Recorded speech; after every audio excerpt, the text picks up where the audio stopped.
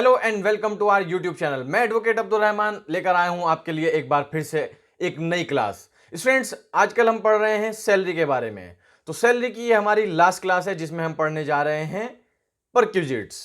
अभी तक हम पढ़ चुके हैं section 15, section 16, allowances, retirement benefit और बहुत सारी चीजें। अब हम पढ़ेंगे परक्यूजिट्स, जो कि सैलरी का बहुत इंपॉर्टेंट पार्ट होता है और ये पार्ट सबसे ज्यादा कंफ्यूजन पैदा करता है और सबसे ज्यादा प्रैक्टिस डिमांड करता है। तो स्टूडेंट्स, आज की क्लास को बिल्कुल भी आप लापरवाही से मत सुनिएगा। आज की क्लास को बहुत ध्यान से सुनिएगा और आगे बढ़ने से पहले मैं एक बार फिर से आपसे कहना चाहूंगा कि आप हमारे चैनल को सब्सक्राइब कर लीजिए, जिससे कि कोई भी वीडियो आप मिस ना कर पाए। तो अब चलते हैं परक्यूजिट्स की तरफ। स्टूडेंट्स, परक्यूजिट्स क्या होता है सबसे पहले तो मैं आपको बता दूं। परक्यूजिट्स की जो डेफिनेशन है वो आईटी एक्ट के सेक्शन 17 सबसेक्शन 2 में की गई है।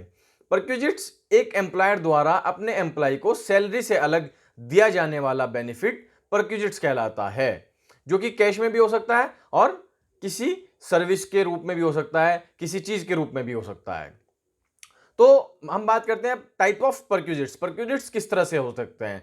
परक्यूजिट्स जो होते हैं वो perquisites taxable for all employees, perquisites tax free for all employees और perquisites taxable for specified employee. मतलब परक्यूजिट्स जो है वो सबके लिए टैक्सेबल, परक्यूजिट्स जो है वो सबके लिए एग्जेम्प्टेड और परक्यूजिट्स जो हैं वो कुछ स्पेसिफाइड एम्प्लॉइज के लिए टैक्सेबल हैं। वो स्पेसिफाइड एम्प्लॉइज क्या होते हैं जब हम आगे पढ़ेंगे मैं इसको आपको बता दूंगा। तो सबसे पहले हम देख लेते हैं परक्यूजिट्स जो सबके लिए टैक्सेबल हैं, मतलब perquisites taxable for all employ. इसमें जो सबसे पहला नंबर आता है और सबसे इंपॉर्टेंट जो है वो होता है रेंट फ्री अकोमोडेशन। अब रेंट फ्री अकोमोडेशन क्या होता है पहले मैं थोड़ा सा आपको यह बता दूं।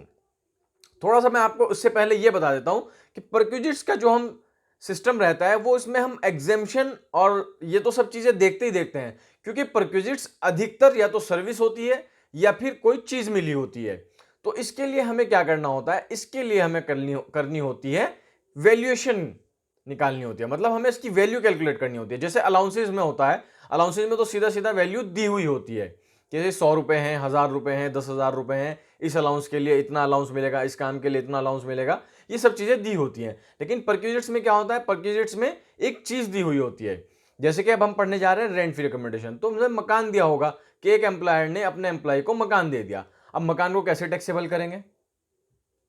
ये अपने आप में एक क्वेश्चन वाली बात है कि भाई एक एम्प्लॉय की सैलरी 1 लाख रुपए है और उसको एक मकान मिला हुआ है, तो अब मकान को कैसे? तो परक्यूजिट्स में निकालना होता है, हमें वैल्यू निकालनी होती है। जो परक्यूजिट की वैल्यू आएगी फिर वो एग्जेम्पशन या टैक्सेबल की बात करेंगे उसके वैल्यू के आने के बाद।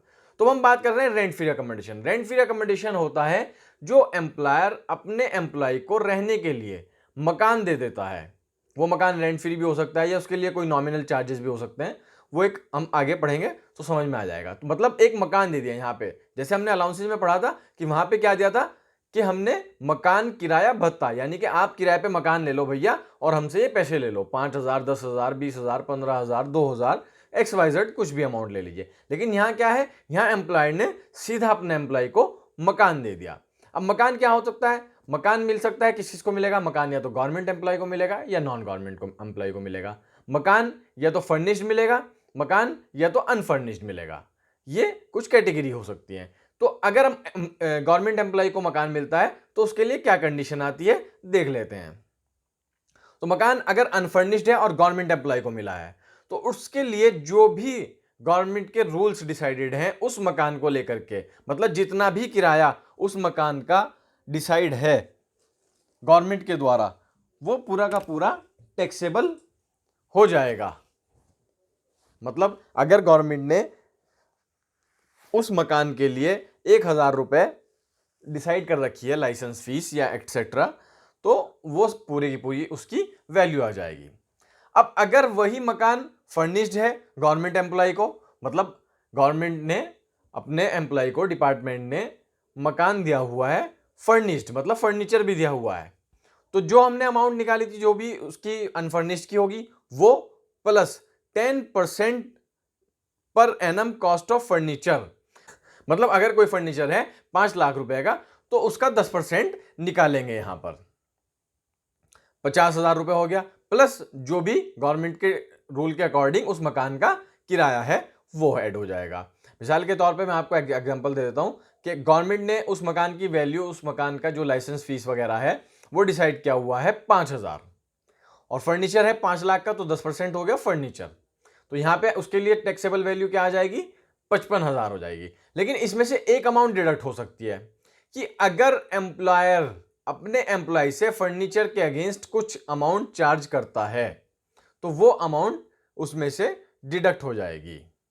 अब आगे बढ़ते हैं और बात करते हैं नॉन गवर्नमेंट एम्प्लॉय की।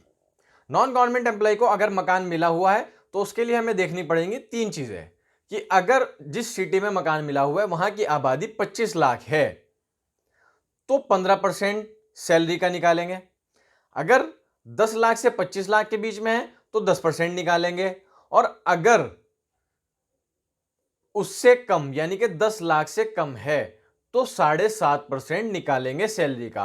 अब इसमें मैक्सिमम क्वेश्चंस में आपको दिया हुआ होगा, मतलब उसमें आबादी आपको दी हुई होगी कि इस आबादी में है, और अगर नहीं दी हुई है तो थोड़ा सा आपको यहां पर उसका कैलकुलेशन अकॉर्डिंग उसके निकालना पड़ेगा। कैसे कि अगर आपको कोई मेट्रोपॉलिटन सिटी दे दिया, दिल्ली, मुंबई, चेन्नई, मद्रास, कुछ ऐसा दे दिया, तो ऑटोमेटिकली ये पता लग जाता है कि भाई ये मोर देन 25 लैक्स वाली सिटी है। और अगर उसमें लिख दिया क्वेश्चन में कि स्मॉल टाउन में कोई मकान मिला हुआ है तो ये भी समझ में आ जाता है अपने आप कि स्मॉल टाउन की जो आबादी होगी वो बिलो 10 लैक्स होगी। तो यहां पे अगर कहीं स्मॉल टाउन लिखा हुआ आ गया क्वेश्चन में तो आपको 7.5% लगा देना है, और अगर कहीं दिल्ली, मुंबई, मतलब कोई भी मेट्रोपॉलिटन सिटी आ गया तो सीधा सीधा आपको 15% लगा देना है सैलरी का। अब सैलरी क्या होती है इसमें, यह हमें देखना पड़ेगा। जैसे हम जब एचआरए निकालते थे तब वहां पे सैलरी देखते थे कि सैलरी में क्या क्या चीजें ऐड होंगी, तो इसमें भी देख लेते हैं कि सैलरी में क्या क्या चीजें ऐड होंगी।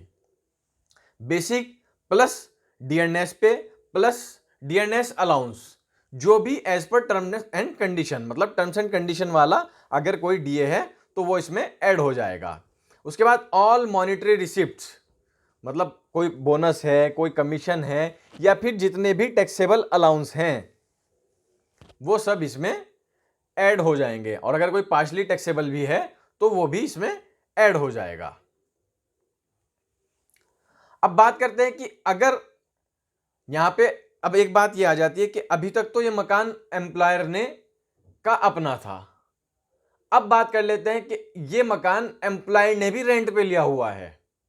मतलब कई जगह ऐसा होता है कि कोई एम्प्लॉयर होते हैं वो पूरी की पूरी एक बिल्डिंग ले लेते हैं और उस बिल्डिंग को अपने एम्प्लॉइज को रहने के लिए दे देते हैं। तब उस कंडीशन में क्या क्या चीजें निकलेंगी, मतलब तब वैल्यू कैसे निकलेगी, तब वैल्यू निकलेगी कि actual rent paid by the employer या फिर 15% ऑफ सैलरी, जो भी दोनों में से कम हो। और अगर हाउस यहां पे भी फर्निश हो जाता है तो वही फिर 10% उसमें ऐड हो जाएगा, और अगर कुछ अमाउंट उससे चार्ज कर रहा है एम्प्लॉयर तो वो अमाउंट लेस हो जाएगी। तो फ्रेंड्स ये बात हो गई रेंट फ्री अकोमोडेशन की। उम्मीद करता हूं ये आपको समझ में आ गया होगा। अगर नहीं समझ में आया है तो आप हमें हमारे फेसबुक पेज पर डीएम कर सकते हैं, आप हमें इंस्टा पे भी फॉलो करके वहां पर आप हमें मैसेज भेज सकते हैं, आप हमें कमेंट बॉक्स में भी कोई भी क्वेश्चन पूछ सकते हैं एनी टाइम, और हमारा एड्रेस डिस्क्रिप्शन में भी है। अगर आप हमारी लोकल सिटी से बिलोंग करते हैं तो आप हमारे इंस्टीट्यूट भी कभी भी आ सकते हैं आफ्टर लॉकडाउन। और आगे बढ़ते हैं कि और टैक्सेबल रेंट फ्री अकोमोडेशन हो गया, इसके बाद और टैक्सेबल प्रोड्यूस क्या होते हैं देख लेते हैं। Payment made by the employer on obligation of employ, मतलब किसी एम्प्लॉयर द्वारा पेमेंट कर दिया गया है अपने एम्प्लॉय के बिहाफ पर। जैसे कि एम्प्लॉयर ने पेमेंट कर दिया गैस का, इलेक्ट्रिसिटी का, या फिर उसके बच्चों की फीस पे कर दी है, या कोई लीगल एक्सपेंस पे कर दिया है, या इनकम टैक्स पे कर दिया है, या फिर कोई ऐसा मतलब कोई सर्वेंट की सैलरी उसने पे कर दी है एम्प्लॉयर ने एम्प्लॉय के बिहाफ पर, तो वो जितना भी पे किया है वो पूरा का पूरा टैक्सेबल हो जाएगा। उसके बाद बात कर लेते हैं कि अगर एम्प्लॉयर ने कोई इंश्योरेंस या एन्युटी पे की है उसके फैमिली मेंबर की तो वो टैक्सेबल हो जाएगी। या फिर value of any other prescribe fringe benefit facility, मतलब उसके अलावा कोई और एफबीटी उसमें दिया हुआ है, मतलब उसके अलावा कोई और फैसिलिटी का पेमेंट क्या हुआ है। अब वो फैसिलिटी क्या क्या हो सकती है मैं आपको बताता चलता हूं। पहले उसकी हेडिंग देख लेते हैं, फिर उसका मैं आपको बता दूंगा। जैसे interest free concessional loan, travelling touring expenses, free concessional food, gift voucher, credit card, club expenses, use of movable assets, transfer of movable assets, या फिर कोई और बेनिफिट। अब इसको एक एक करके पढ़ लेते हैं। क्या इंटरेस्ट फ्री लोन अगर दिया हुआ है तो उसकी वैल्यूएशन कैसे निकालेंगे। मतलब इंटरेस्ट फ्री लोन अगर किसी एम्प्लॉयर ने अपने एम्प्लॉय को दिया हुआ है तो उसमें हम उसकी वैल्यू निकालने के लिए हम ये देखेंगे कि जब जो लोन भी मतलब जो लोन दिया हुआ है उस लोन को स्टेट बैंक ऑफ इंडिया का लोन का रेट क्या चल रहा है। मतलब अगर स्टेट बैंक ऑफ इंडिया का लोन इंटरेस्ट रेट चल रहा है 10% और आपके एम्प्लॉयर ने आपको कंसेशन करके 2% पे वो लोन दिया हुआ है, 5% पे वो लोन दिया हुआ है, तो वो उसमें से माइनस हो जाएगा। मतलब 10 माइनस 2%, तो आपको 8% का बेनिफिट हो गया। तो इस तरह से लोन फ्री इंटरेस्ट की कैलकुलेशन हो जाती है। इसके बाद आते हैं कोई हॉलीडे, अगर मतलब आपके एम्प्लॉयर ने आपके लिए कोई हॉलीडे पे आपको कहीं भेजा है तो उसके बाद उसको कैसे कैलकुलेट करेंगे। उसको क्या कैलकुलेट ये करेंगे कि वो सेम हॉलीडे अगर किसी एजेंसी से आप लेते तो वो कितने का मिलता, वो आपको देखना पड़ेगा, उतना अमाउंट उसका टैक्सेबल हो जाएगा। इसके बाद आता है कोई गिफ्ट वाउचर। गिफ्ट वाउचर अगर आपको किसी ओकेजन पर दिया गया है, मैक्सिमम 5,000 रुपए तक का तो एग्जेम्प्ट हो जाएगा, और अगर कोई कैश में आपको दिया गया है कोई गिफ्ट तो वो आपके लिए पूरी तरह से टैक्सेबल हो जाएगा। उसके बाद अगर कोई क्रेडिट कार्ड की फैसिलिटी दी हुई है तो क्रेडिट कार्ड की फैसिलिटी आपके लिए टैक्सेबल हो जाएगी, जितना भी एम्प्लॉयर उसके लिए पे कर रहा है। उसके बाद क्लब मेंबरशिप अगर कोई ली हुई है तो क्लब मेंबरशिप आपके लिए टैक्सेबल हो जाएगी, अदर देन कि अगर आपके एम्प्लॉयर ने कोई कॉर्पोरेट मेंबरशिप नहीं ले रखी है। उसके बाद बात करते हैं यूज ऑफ मूवेबल एसेट्स, कि अगर कोई मूवेबल एसेट्स का आप यूज कर रहे हैं तो वो उसमें कैसे उसको टैक्सेबल मतलब उसकी वैल्यू कैसे निकालेंगे। जो यूज ऑफ मूवेबल एसेट्स है उसमें देखना पड़ेगा 10% पर एनम। मतलब अगर कोई उसकी जो आप एसेट्स यूज कर रहे हैं, कोई फ्रिज आपको दिया हुआ है और 20,000 रुपए उसकी कीमत है तो उसका 10% निकाल लेंगे, 2,000 रुपए उसकी वैल्यू आपके लिए आ जाएंगे। या अगर वो एसेट एम्प्लॉयर ने रेंट पर ली हुई है तो जितना रेंट एम्प्लॉयर पे कर रहा है, और अगर कोई एसेट्स ट्रांसफर करता है मतलब एम्प्लॉयर आपको कोई ट्रांसफर कर देता है एसेट्स, तो वो अगर उसमें आपको कोई बेनिफिट हो रहा है तो उसकी वैल्यूएशन कैसे करेंगे। उसकी वैल्यूएशन मतलब आपको कोई एसेट्स दे दिया एम्प्लॉयर ने तो उसकी वैल्यूएशन कैसे निकालेंगे, मतलब आपको कितना बेनिफिट उसमें हो रहा है ये सब उसमें निकालना पड़ेगा। अगर वो एसेट्स कंप्यूटर या कोई इलेक्ट्रॉनिक आइटम है तो उसमें ये देखना पड़ेगा कि उसकी कॉस्ट कितनी है। फिर WDV मैटर से उसका 50% डेप्रिसिएशन निकालेंगे। उसके बाद जितनी अमाउंट आपसे रिसीव हुई है उसको लेस कर देंगे और बैलेंस अमाउंट आपके लिए परक्यूजिट्स हो जाएगा। मतलब कोई आपके लिए कोई एसेट्स रही होगी, उस एसेट्स की वैल्यू आपको कॉस्ट जो रही होगी वो 2 लाख रुपए रही होगी और आपको वो एसेट्स मिल गई है 25,000 रुपए में, तो 25,000 रुपए निकालने से पहले कि वो 2 लाख की जो एसेट्स थी उसमें से 50% डेप लग जाएगा, 1 लाख हो गया। फिर आपसे 25,000 रुपए ले लिए तो आपको बेनिफिट कितना हुआ, आपको बेनिफिट हुआ इसमें 75,000 रुपए का। और अगर वो कोई मोटर कार है तो मोटर कार में उसका प्रोसीजर बिल्कुल सेम रहेगा, बस यहां पे डेप्रिसिएशन WDV मेथड से 20% हो जाएगा। और इसके अलावा अगर कोई एसेट्स है तो यहां पे बाकी ट्रीटमेंट सेम रहेगा, बस जो डेप्रिसिएशन लेगा वो 10% लेगा और यहां पे जो डेप्रिसिएशन लेगा वो SLM मेथड से लेगा, मतलब स्ट्रेट लाइन मेथड से उसका डेप्रिसिएशन लगेगा। अब स्टूडेंट्स बात करते हैं, ये तो सब हो गए taxable perquisites for all employees. अब बात करते हैं tax free perquisites for all employ. मतलब अब हम बात करेंगे जो परक्यूजिट्स सबके लिए टैक्स फ्री हैं। वो क्या क्या हो सकते हैं, वो हो सकते हैं टेलीफोन फैसिलिटी, कोई प्रिविलेज आपको मिला हुआ है कोई मतलब टिकट्स वगैरह में। उसके अलावा कोई परक्यूजिट्स अगर आउटसाइड इंडिया मिल रहे हैं आपको बाय द गवर्नमेंट, मतलब किसी गवर्नमेंट एम्प्लॉय को मिल रहे हैं जो इंडिया का सिटीजन है और वो ड्यूटीज कर रहा है बाहर, तो वो परक्यूजिट्स उसके लिए टैक्स फ्री हो जाएंगे। अगर एम्प्लॉयर कंट्रीब्यूशन करता है स्टाफ ग्रुप इंश्योरेंस स्कीम में तो वो एम्प्लॉय के लिए टैक्स फ्री हो जाएगा अगर कोई ग्रुप स्कीम में कर रहा है। रिफ्रेशमेंट अगर आपको मिल रहा है वर्किंग आवर्स के बीच में तो वो आपके लिए टैक्स फ्री हो जाएगा। उसके बाद बात करते हैं मेडिकल फैसिलिटी की। तो मेडिकल फैसिलिटी अगर आपको या आपकी फैमिली को मिल रही है, मतलब आप एम्प्लॉय और आपका एम्प्लॉयर आपकी फैमिली को और आपको कोई मेडिकल फैसिलिटी दे रहा है अपने किसी हॉस्पिटल में जो उसका अपना हॉस्पिटल हो, तो वो आपके लिए एग्जेम्प्टेड हो जाएगा। या फिर गवर्नमेंट हॉस्पिटल में अगर कोई फैसिलिटी मिल रही है तो वो भी आपके लिए एग्जेम्प्टेड हो जाएगी। इसके बाद बात करते हैं कि रेंट फ्री ऑफिशियल रेजिडेंस। अगर कोई रेंट फ्री ऑफिशियल रेजिडेंट मिला हुआ है हाई कोर्ट या सुप्रीम कोर्ट के जज को, तो वो भी एग्जेम्प्टेड माना जाएगा। या फिर किसी एमपी एमएलए को फर्निश्ड हाउस मिला हुआ है रेंट फ्री, या फिर किसी मिनिस्टर को मिला हुआ है, तो वो भी एग्जेम्प्टेड माना जाएगा। तो स्टूडेंट्स, ये बात हो गई tax free perquisites for all employ. अब बात करते हैं perquisites taxable for specified employ. अब स्पेसिफाइड एम्प्लॉय मैं आपको बता दूं क्या होता है कि स्पेसिफाइड एम्प्लॉय वो होगा या तो वो कंपनी का डायरेक्टर हो, या फिर उसके पास कंपनी के 20% के इक्विटी, मतलब उसके पास 20% शेयर हो, आप मोटा मोटा ये समझ लीजिए। या फिर कोई ऐसा एम्प्लॉय जिसके monetary income more than 50,000 per annum हो आफ्टर स्टैंडर्ड डिडक्शन, मतलब उसके जो मॉनेटरी बेनिफिट हैं वो 50,000 से ज्यादा हो सालाना स्टैंडर्ड डिडक्शन घटाने के बाद। अब स्पेसिफाइड एम्प्लॉय का जो परक्विजिट्स होता है, जैसे कि आपको मिली किसी स्पेसिफाइड एम्प्लॉय को मिली है कोई कार, तो कार की वैल्यूएशन कैसे निकालेंगे। अब कार दो तरह की हो सकती है, कार या तो एम्प्लॉय खुद की होगी या फिर एम्प्लॉयर की होगी।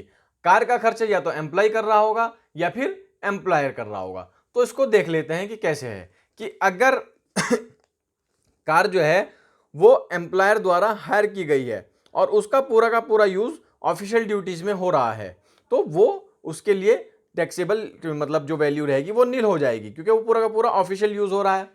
और अगर वो पर्सनल यूज हो रहा है तो जितना भी उसके अगेंस्ट पे हो रहा है वो पूरा का पूरा टैक्सेबल हो जाएगा। तो यहाँ पे मतलब दोनों ही कंडीशन में कोई भी टेंशन लेने वाली बात नहीं है कि अगर पूरा का पूरा ऑफिस यूज हो रहा है तो कोई वैल्यू नहीं रहेगी, तो वो परक्विजिट्स माना ही नहीं जाएगा। दूसरा, अगर कोई भी वैल्यू अगर आएगी और वो पूरा का पूरा पर्सनल यूज कर रहा है, तो वहां पर क्या हो जाएगा, वहां पर यह हो जाएगा कि जितनी भी अमाउंट उसके लिए पे की जा रही है वो पूरी की पूरी टैक्सेबल हो जाएगी। बात जो कैलकुलेशन की आती है स्टूडेंट्स, उसमें हमें कैलकुलेट करना पड़ता है कि अगर कुछ हिस्सा कार का घर पे यूज हो रहा है, मतलब पर्सनल यूज हो रहा है, और कुछ हिस्सा ऑफिस के लिए यूज हो रहा है, तब कैलकुलेशन थोड़ी सी मुश्किल पड़ जाती है। अब उस कंडीशन में हम क्या देखना है कि यहां पे, क्योंकि हम देख रहे हैं कि अगर कार एम्प्लॉयर की है और सारे के सारे खर्च एम्प्लॉयर द्वारा ही बेयर किए जा रहे हैं, तो उसकी जो वैल्यू निकालेंगे, अगर कार, इसमें दो तरह की कार होती है, कार या तो 1.6 लीटर वाली होगी या फिर मोर देन 1.6 लीटर वाली, मतलब स्मॉल कार या फिर बड़ी गाड़ी। तो स्मॉल कार के लिए अगर सारे के सारे एक्सपेंसेस एम्प्लॉयर द्वारा किए जा रहे हैं, तो उसमें 1800 रुपए पर मंथ हो जाएगा स्मॉल कार के लिए। और बड़ी कार के लिए, मतलब 1.6 लीटर से ज्यादा इंजन की अगर कार है, कैपेसिटी की कार है, तो 2400 रुपए पर मंथ हो जाएगा। और अगर ड्राइवर की फैसिलिटी भी इसमें मिली हुई है तो 900 रुपए पर मंथ ड्राइवर के इसमें ऐड कर देंगे। इसके बाद अगर सब खर्चे एम्प्लॉय द्वारा, मतलब कार एम्प्लॉयर की है लेकिन खर्च एम्प्लॉय द्वारा बेयर किए जा रहे हैं, तो इसमें जो परक्विजिट्स माना जाएगा, और वो पर्सनल और ऑफिस दोनों के लिए यूज हो रही है, तो इसमें अगर स्मॉल कार है तो 600 रुपए पर मंथ, अगर बड़ी गाड़ी है तो 900 रुपए पर मंथ इसमें ऐड कर देंगे। और ड्राइवर के लिए सेम इसमें रहेगा 900 रुपए पर मंथ। अब अगली कंडीशन क्या हो गई, यहां पे अगली कंडीशन हो गई कि गाड़ी जो है वो एम्प्लॉय की है, और इसमें जो है गाड़ी यूज हो रही है, कुछ ऑफिस के लिए यूज हो रही है और कुछ पर्सनल यूज हो रही है, और उसमें जो खर्च जो बेयर कर रहा है वो कर रहा है एम्प्लॉयर, मतलब गाड़ी एम्प्लॉय की है लेकिन पैसे जो दे रहा है वो दे रहा है एम्प्लॉयर। और इसमें गाड़ी यूज हो रही है आधी घर के लिए आधी ऑफिस के लिए। तो इसमें क्या होगा कि अगर स्मॉल गाड़ी है तो इसमें एक्चुअल अमाउंट जो एम्प्लॉयर से मिल रहा है उसमें से माइनस कर देंगे वही अमाउंट जो हमने पिछली बार ऐड की थी, जब हम वो 1800 प्लस 900 ड्राइवर के, अगर ड्राइवर मिला हुआ है, actual amount incurred by the employer, मतलब जितना अमाउंट एम्प्लॉयर से मिला माइनस 1800 रुपए पर मंथ प्लस 900 ड्राइवर के। अगर बड़ी गाड़ी है तो एक्चुअल अमाउंट जो एम्प्लॉयर से मिला और इसमें हम माइनस कर देंगे 2400 प्लस ड्राइवर के 900, अगर ड्राइवर की फैसिलिटी इसमें मिली हुई है हमको तो स्टूडेंट्स, ये बातें हो गई परक्विजिट्स की। उम्मीद करता हूं आपको ये वीडियो पसंद भी आई होगी और आपको ये पूरा सब्जेक्ट समझ में भी आ गया होगा। तो हमारा सैलरी का चैप्टर यहीं पर खत्म होता है। अगला चैप्टर हमारा आने वाला है इनकम फ्रॉम हाउस प्रॉपर्टी। अगर आपको वीडियो पसंद आई है तो लाइक करें, कमेंट करें, शेयर करें। Have a nice day.